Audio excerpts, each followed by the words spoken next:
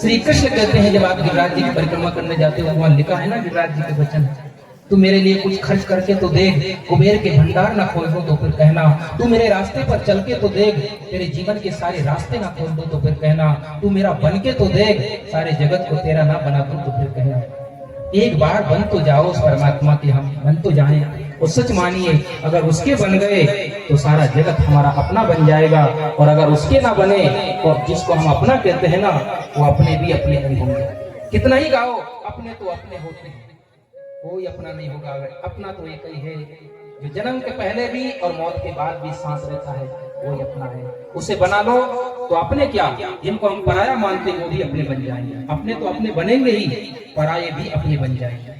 तो श्री कृष्ण कहते हैं तू मेरा बन के दे, सबको तेरा ना बना दो तो फिर कहना। भगवान श्री कृष्ण ने उस यज्ञ को पूर्ण किया, उसमें जो है दुर्योधन का अपमान हुआ था, वहीं पर महाभारत का बीज अंकुरित हुआ था। हस्तिनापुर को छोड़ करके भगवान के द्वारिका आए, सुंदर सुंदर कथाओं का वर्णन किया। दंतवक्र का वध किया भगवान ने, शालक का वध किया, पौंड्रक का वध किया, जो भगवान के वेश में ही भगवान का अपमान कर रहा था कि मैं हूँ भगवान, तो भगवान ने उसका भी वध किया। एक दिन की बात है, दाऊ जी महाराज ने कन्हैया से कहा, कन्हैया मुझे बहुत दिन हो गया है ब्रज में जाए हुए, मेरा मन हो रहा है, तू तो नहीं जा सकता है, लेकिन मैं चला जाऊं अगर तू कहे तो दाऊ दादा कन्हैया से बोल करके और द्वारिका से वृंदावन के लिए, गोकुल के लिए, ब्रज के लिए आए। भगवान श्री कृष्ण का संदेश सबको सुनाया। ब्रजभूमि में गोपियां सब इकट्ठी हो गई और दाऊ दादा से कहने लगी, दाऊ दादा हमारे कन्हैया हमसे कहकर के गए थे कि मैं परसों आऊंगा, वर्षों हो गए, ऐसा निष्ठुर क्यों बन गया? देखो उसके लिए हमने सबका त्याग किया है, उसी ने हमें छोड़ दिया है। श्री कृष्ण का चिंतन करते करते सभी गोपियां भगवान श्री कृष्ण को मानो सन्मुख उपस्थित कर गए। देखो जिसका चिंतन हमारे मन में होता है ना, सच मानिए वो हमसे दूर नहीं होता। याद करो किसी की तो ऐसा लगेगा ना कि सामने ही है, भगवान सामने प्रकट हो गए मानो उनके, और भगवान को श्री कृष्ण से प्रार्थना करती है, हे लक्ष्मीपति नारायण, आप लक्ष्मीपति, हमारे भी तो आप स्वामी हैं, इस गोकुल के स्वामी आप हैं, आप जल्दी से आ जाइए इस ब्रज भूमि में, नहीं तो आपके वियोग में ये हमारा गोकुल, ये ब्रज डूब जाएगा आपके वियोग रूपी समुद्र में। हे नाथ हे रमानाथ ब्रजनाथार्तिनाशन मगन मुद्दर गोविंद गोकुलम ब्रजनाथ। मगन मुद्दर गोविंद, हे गोविंद डूब रहा है विरह के सागर में ये ब्रज, इस ब्रज में रहने वाले आपके प्रेमी, आओ नंदलाल जल्दी से, नहीं तो कि हम आपके विरह में डूब रहे हैं। और बड़ा सुंदर एक भाव प्रकट किया हमारे ब्रज के एक संत ने, बहुत सुंदर भाव प्रकट किया है। गोपियां कहती है कन्हैया तुम्हारे लिए हमने बहुत कष्ट उठाए, बहुत लोगों के बुलाने भी झेले, लेकिन तुम छोड़ गए। मैंने लाखों के बोल सहे सांवरिया तेरे,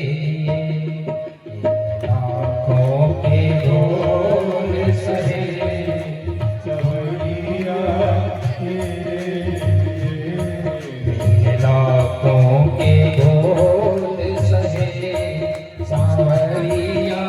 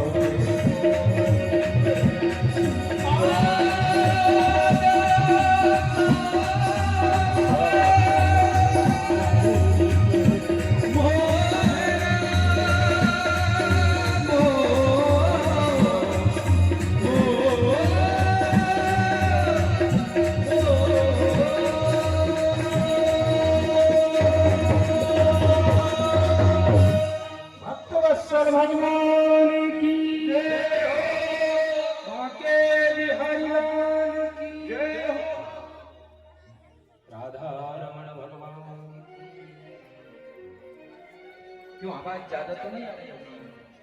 सही है, बीच बीच। गोपियों ने कन्हैया को याद किया, तेरे लिए दुनिया भी हमें पागल कहती है कान्हा, पर तू छोड़कर चला गया। आओ नंदलाल। 6 महीने तक दाऊ जी महाराज का सत्संग किया ब्रज के सभी गोपी बालों ने। दाऊ जी चले गए वापस द्वारिका, तीर्थ यात्रा के लिए निकल गए। सुंदर सुंदर कथाओं का वर्णन किया सुखदेव जी ने। सुनो परीक्षित, एक बहुत प्यारी कथा है। 2 अध्याय में श्री सुदामा जी की कथा है। संक्षेप में श्री सुदाम देव की कथा आश्मन करें, क्योंकि भागवत की अंतिम दिवस की कथा में सुदामा जी की कथा का सार है, कथा सार है। प्रेम पूर्ण भगवान के परम भक्त श्री सुदामा जी की सुंदर ये कथा। सुखदेव भगवान कहते हैं, परीक्षित, एक सखा था श्री कृष्ण का मित्र, नाम नहीं लिया है भागवत में, लेकिन था परम प्रेम, विरक्त था, घर में रहते हुए विरक्त। ब्राह्मणो ब्रह्मवित्तमः विरक्तेन्द्रियार्थेषु प्रशांतात्मा जितेन्द्रियः। कितना सुंदर भाव है इसमें। कृष्णस्यासी सखा कश्चित्, कोई शब्द। सुखदेव जी ने तो सुदामा तक का नाम नहीं लिया, और आजकल के लोग सुदामा के पिता का नाम पूछते हैं। ऐसे ऐसे तो प्रश्न करते हैं लोग, शूर्पणखा के पति का नाम क्या?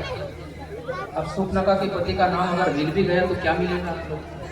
पूछने वालों के लिए ऐसे मेरे पास आते हैं, पूछते शूर्पणखा के पति का नाम। उनको सोचते होंगे कि शूर्पणखा का पति क्यों छोड़ा होगा उसने, कोई ना कोई बात नहीं, उसकी हकीकत को जानना चाहते हैं।